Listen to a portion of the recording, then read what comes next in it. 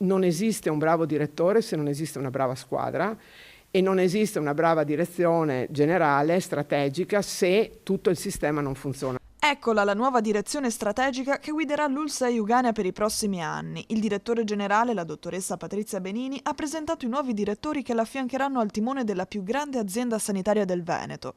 La dottoressa Elena Deborah Tuffanello è il nuovo direttore sanitario, geriatra con una lunga esperienza in ambito ospedaliero e poi territoriale. Alla guida della direzione amministrativa il dottor Francesco Favretto, proveniente dall'Uls 1 Belluno, mentre il dottor Stefano Vianello prosegue il suo precedente contratto come direttore sociosanitario.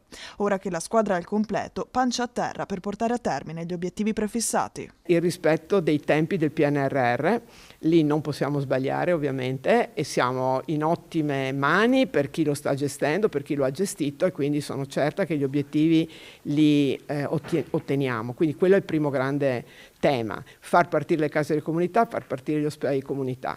Parallelamente a questo c'è un tema importante per noi che è quello della tenuta dei conti, perché l'azienda sicuramente dovrà organizzarsi al meglio per meglio utilizzare le risorse per rendere sempre più sostenibile questo tipo di sistema. E poi c'è la rete ospedaliera che ha un'integrazione ancora più forte tra i nostri 4 ospedali, ma anche con l'azienda ospedaliera sempre di più.